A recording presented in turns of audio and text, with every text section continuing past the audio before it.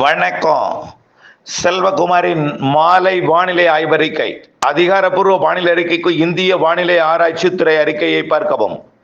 2026 March 7 சனிக்கிழமை மாலை நிலவர ஆய்வறிக்கை. வேலூரிலே 102 தாண்டி இருக்கிறது வெப்பம். ஆனால் நாளைக்கு குறையும். இதுதான் உச்சபட்ச வெப்பம். இந்த மாதத்திலேயே அப்படிதான் எடுத்துக்கொள்ளலாம். இந்த மாதத்திலேயே நேற்றும் இன்றைக்கும் தான் உச்சபட்ச வெப்பம் அப்படிதான் எடுத்துக்கொள்ளலாம்.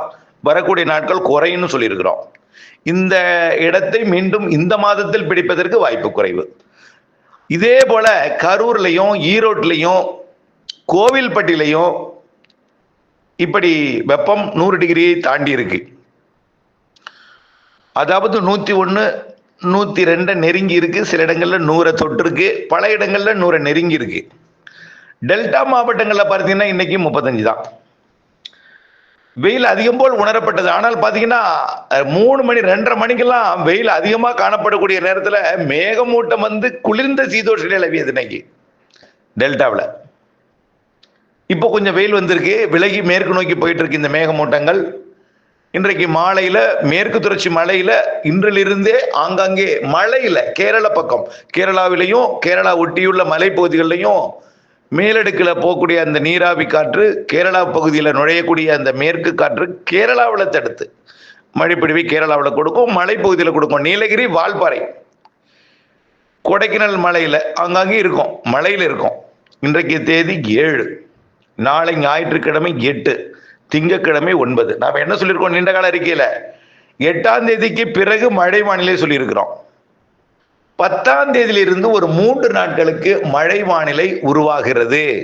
எங்கெங்கன்னு பார்த்தீங்கன்னா டெல்டா மாவட்டங்கள், தென் மாவட்டங்கள், தென் மாவட்ட மேற்கு தொடர்ச்சி மலைப்பகுதிகள், உள் மாவட்டத்தில் மத்திய உள் மாவட்டம், மேற்கு மாவட்டம், வடகடலோரம் இருக்காது. கடலூருக்கு தெற்கே கன்னியாகுமரி வரைக்கும், உள்ளே சேலம், கோயம்புத்தூர், திருப்பூர், ஈரோடு இதெல்லாம் தூறல் இருக்கும். அங்கே எல்லாம் பெரிய மழை கிடையாது. கொஞ்ச நேரம் மழை, ஒரு 1/4 மணி நேரம், ஒரு அரை மணி நேரம் லேசா. 10, 11, 12 இதான் நம்ம சொன்ன முதல் நிகழ்வு. 14க்குள் ஒரு நிகழ்வு சொல்லியிருக்கோமா, அது அந்த நிகழ்வு 10, 11, 12. அதாவது செவ்வாய், புதன், வியாழன். செவ்வாய், புதன், வியாழன் மழை வாய்ப்பு. செவ்வாய், புதன் வரக்கூடிய 8ஆம் தேதியிலிருந்து வெயில் குறையும். நாளைக்கு கொஞ்சம் குறையும். 9ஆம் தேதி இன்னும் கொஞ்சம் குறையும். 1 டிகிரி குறையும் நம்ம சொல்லியிருக்கோம் காலையில. சில இடங்களில் 2-3 டிகிரியோட குறைஞ்சிரும். 10ஆம் தேதி 4 டிகிரியோட குறைஞ்சிரும் சில இடத்துல எல்லாம் செல்சியஸில். அப்போ ஃபாரன்ஹீட்ல 8 டிகிரி குறையும். அப்படின்னா 90, 95, 93, 94 தான் இருக்கும் ஃபாரன்ஹீட்ல. அப்போ வெப்பம் நேற்றைக்கும் இன்னைக்கும் நிலவுதான் நம்ம ஏற்கனவே சொல்லியிருக்கோம். 6, 7 தான் அதிக வெப்பம்னு இன்னைக்கும் சொல்லலை. நீண்ட கால அறிக்கையில் சொல்லியிருக்கிறோம் முதல் வாரம் வெப்பம் கூடன்னு. அது முடிஞ்சோடனே காற்று சுழற்சி வருதுன்னு சொல்லியிருக்கிறோம். அடுத்தடுத்து 2 சுழற்சி சொன்னால் இப்போ 3 சுழற்சி. மாத இறுதி வாரம் ஒரு நிகழ்ச்சி, 4வது வாரத்திலையும் ஒரு சுழற்சி. இதில் வரக்கூடிய 10, 11, 12 லேசான மழை, நனைக்கும் மழை, தூறல் மழை இருக்கு. டெல்டாவிற்கும் இருக்கு, உறுதியாக இருக்கு.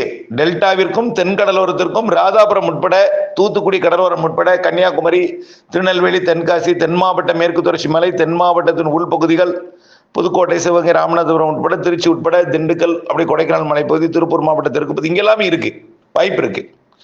டெல்டா தென் மாவட்டங்கள், மத்திய உள் மாவட்டங்களுக்கு உறுதியாக தெரியுது. நனைக்கும் மழை, லேசான மழை 10, 11, 12.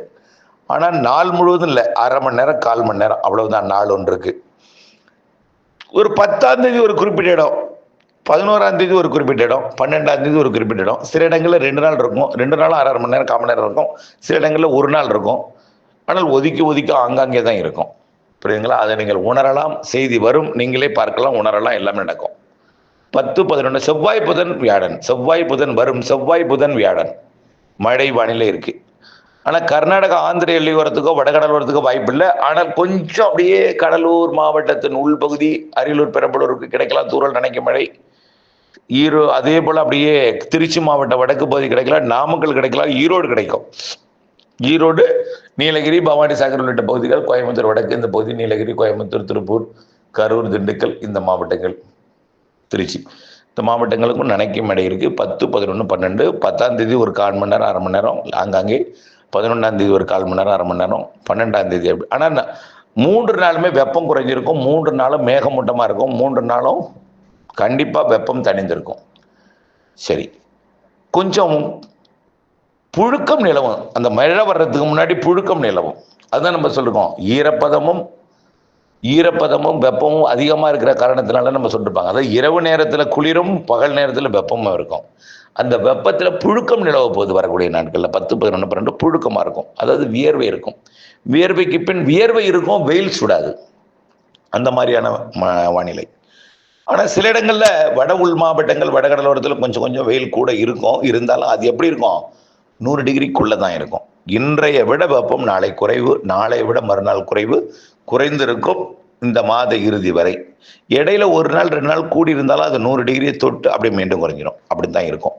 அதுவும் ஓரிரு இடங்களில் தான் நம்ம 100 டிகிரி சொல்கிறோம். அந்த ஈரோடு, கரூர், இந்த மாதிரி இடங்கள், பாளையங்கோட்டை, கோவில்பட்டி, மதுரை, வேலூர், இந்த பகுதியெல்லாம் எப்படி காற்று எங்கிருந்து உள்ளே போகுதோ அப்படி தெற்கிலிருந்து போகுதா, கிழக்கிலிருந்து வருதா, அது சிஸ்டம் நகர்வதை பொறுத்து அமையும்.